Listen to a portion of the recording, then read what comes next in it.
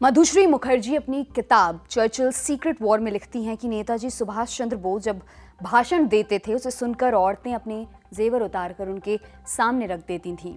21 अगस्त 1944 को छपी एक रिपोर्ट के मुताबिक नेताजी का भाषण सुनकर हीराबेन बेतानी ने अपने तिहरा सोने के हार दान में दे दिए थे, जिनकी तब की कीमत 1.5 लाख रुपए थी। हबीब साहिब नाम के एक रईस हुआ करते थे। उन्होंने INA के फंड में 1 करोड़ की प्रॉपर्टी जमा कर दी थी। वहीं रंगून के एक व्यापारी VK नादर ने आज़ाद हिंद बैंक में 42 करोड़ रुपए और 2800 सोने के सिक्के दान किए थे। नेताजी नहीं चाहते थे कि आज़ाद हिंद की अंतरिम सरकार जापान पर निर्भर रहे, इसलिए चंदा जमा करने की मुहिम लगातार चलाई जाती थी। ऐसी ही एक मुहिम जनवरी 1945 में चलाई गई थी। मौका था नेताजी के जन्मदिन का। इस मौके पर नेताजी को सोने में तोला गया। एक हफ्ते चले समारोह में 2 करोड़ रुपए और लगभग 80 किलो सोना इकट्ठा हुआ। इसके ठीक 8 महीने बाद अगस्त 1945 में जब नेताजी का प्लेन क्रैश हुआ, ये सोना उन्हीं के साथ था। माना जाता है कि इस प्लेन क्रैश में नेताजी की मृत्यु हो गई थी।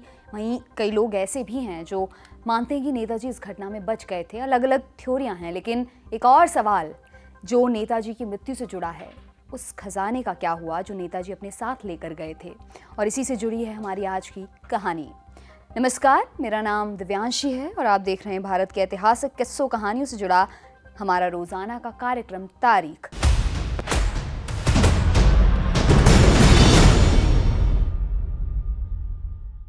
पूरा मामला समझने के लिए सिलसिलेवार ढंग से घटनाओं को देखते हैं।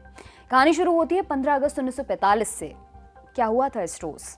द्वितीय विश्व युद्ध में जापान के सम्राट हिरोहितो ने जापान के आत्मसमर्पण की घोषणा की। हालांकि हिरोहितो ने अपने भाषण में सरेंडर शब्द का इस्तेमाल नहीं किया, जिसके चलते हर तरफ कंफ्यूजन का माहौल था। नेताजी बोस इस रोज सिंगापुर में थे, जो जल्द ही पूरी तरह ब्रिटिश आर्मी के कब्जे में आने वाला था। उन्होंने फैसला किया कि सिंगापुर में INA का जितना फंड है वो शहर से बाहर भिजवाया जाए। नेताजी से जुड़ी फाइल्स का गहरा अध्ययन करने वाले सुमेरु रॉय चौधरी लिखते हैं कि 16 अगस्त की सुबह 8 बजे नेताजी ने सिंगापुर से देवनाथ दास को एक केबल भेजा। देवनाथ इंडिया इंडिपेंडेंस लीग के जनरल सेक्रेटरी हुआ करते थे। देवनाथ दास ने फंड को एक बक्से में भरकर बैंकॉक भिजवा दिया। उसी दोपहर नेताजी भी बैंकॉक पहुंचे। यहाँ IIL के हेडक्वार्टर पहुंचकर उन्होंने INA और IIL के कर्मचारियों के लिए 2 से 3 महीने की सैलरी के लिए पैसे निकलवाए और उसी शाम को अपने आवास पर एक मीटिंग बुलाई। इस मीटिंग में नेताजी ने ऐलान किया कि जापान का सरेंडर INA का सरेंडर नहीं है। उसी रात वो अपने सहायक कुंदन सिंह और आबिद हसन के साथ INA फंड्स का हिसाब करने बैठे। आज़ादी के बाद बनी एक जांच कमेटी के आगे कुंदन सिंह ने बताया कि खजाने को 4 हिस्सों में बांटकर बक्सों में भरा गया था, जिनका कुल वजन 2 से 2.5 मौन यानी करीब 75 से 90 किलो के बीच था। इन बक्सों में सोने के जेवर थे। साथ ही एक सोने का सिगरेट केस था जिसे हिटलर ने नेताजी को तोहफे में दिया था। इन बक्सों को लेकर 17 तारीख की सुबह नेताजी ने बैंकॉक से उड़ान भरी। उनके साथ 6 और लोग थे। SA Iyer, Debnath Das, colonel Habibur Rahman, captain Gulzara Singh, colonel Pritam Singh और मेजर आबिद हसन। 17 अगस्त सुबह 9 बजे नेताजी साइगोन पहुंचे, जहां अभी भी जापान का कब्जा था। इतिहासकार जॉयस चैपमैन अपनी किताब द INA एंड जापान में बताते हैं कि साइगोन में नेताजी की मुलाकात जापानी सेना के प्रमुख फील्ड मार्शल हिसाइची तेराची से हुई। नेताजी यहां से मंचूरिया जाने वाले थे, लेकिन ऐन मौके पर पता चला कि उनका विमान उड़ने लायक नहीं है। उन्होंने तेराची से मदद की गुहार की। इसके बाद एक मित्सुबिशी की 21 विमान में उनके लिए एक सीट की व्यवस्था कराई गई। प्लेन में सिर्फ एक सीट थी। इसके बावजूद बोस ने पायलट से कहकर एक और सीट की व्यवस्था कराई। नेताजी ने कर्नल हबीबुर रहमान को अपने साथ जाने के लिए चुना। नेताजी चाहते थे कि एक और व्यक्ति उनके साथ जाए, लेकिन पायलट नोनोगाकी ने उनसे कहा कि या तो वो अपने साथ लाए बक्से ले जा सकते हैं या एक और आदमी। नेताजी ने बक्से ले जाना चुना। हालांकि ये पक्का नहीं है कि नेताजी अपने साथ कितने बक्से ले गए थे। नेताजी का प्लेन साइगोन से फार्मोसा पहुंचा, जिसे अब हम ताइवान के नाम से जानते हैं। यहाँ प्लेन को रिफ्यूलिंग के लिए उतारा गया था। फार्मोसा में प्लेन टेक ऑफ करते ही क्रैश हो गया। उस समय एयर स्ट्रिप पर मेजर के साकाई मौजूद थे। उन्होंने और कप्तान नाकामुरा ने घायलों को अस्पताल पहुंचाया। जितना सोना बच सकता था बचा लिया। साकाई ने सोने को एक पेट्रोलियम कैन में जमा किया और उसे सील कर आर्मी हेडक्वार्टर पहुंचा दिया, जहां से उन्हें नेताजी की अस्थियों के साथ टोक्यो भेजा गया। तारीख थी 5 सितंबर 1945। टोक्यो में इस खजाने को IIL टोक्यो के अध्यक्ष M राममूर्ति को सौंप दिया गया। ये खजाना अगले 6 साल तक टोक्यो में ही रहा। 1952 में इसे भारत लाकर राष्ट्रीय संग्रहालय में जमा करा दिया गया।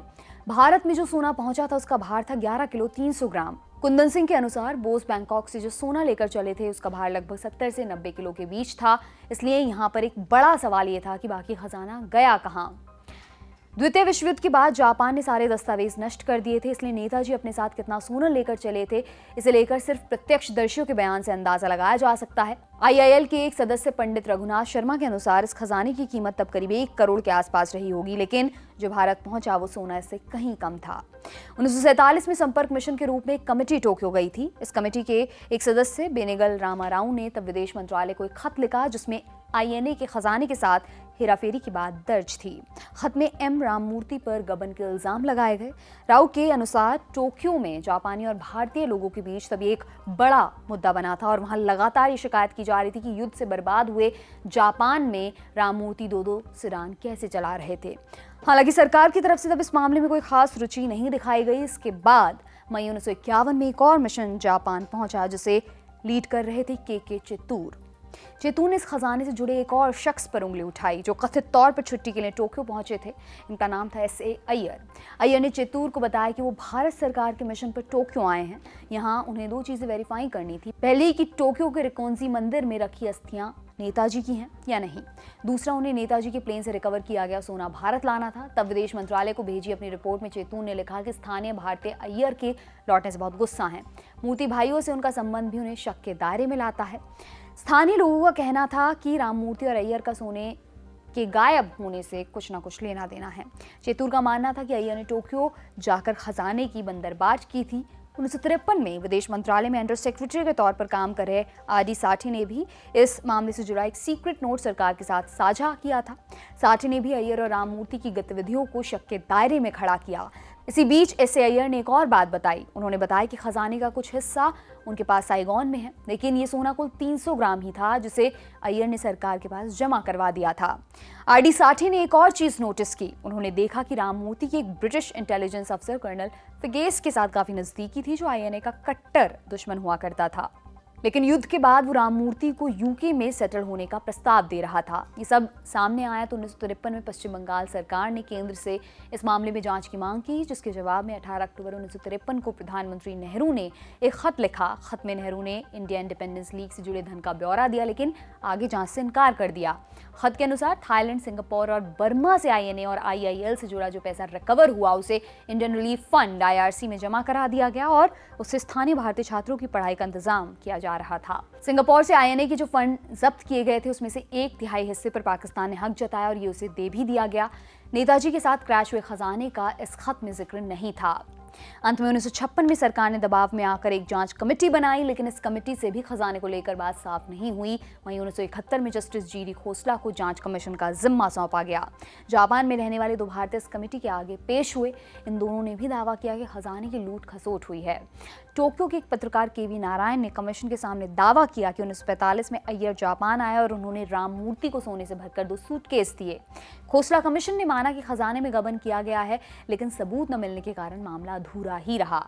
इस मामले में जिन 2 लोगों पर शक गया था उनके परिवार ने आरोपों से इनकार करते हैं। S.A. अय्यर के बेटे ब्रिगेडियर A. त्यागराजन ने साल 2015 में इंडिया टुडे से बात करते हुए इन सब आरोपों को झूठा बताया।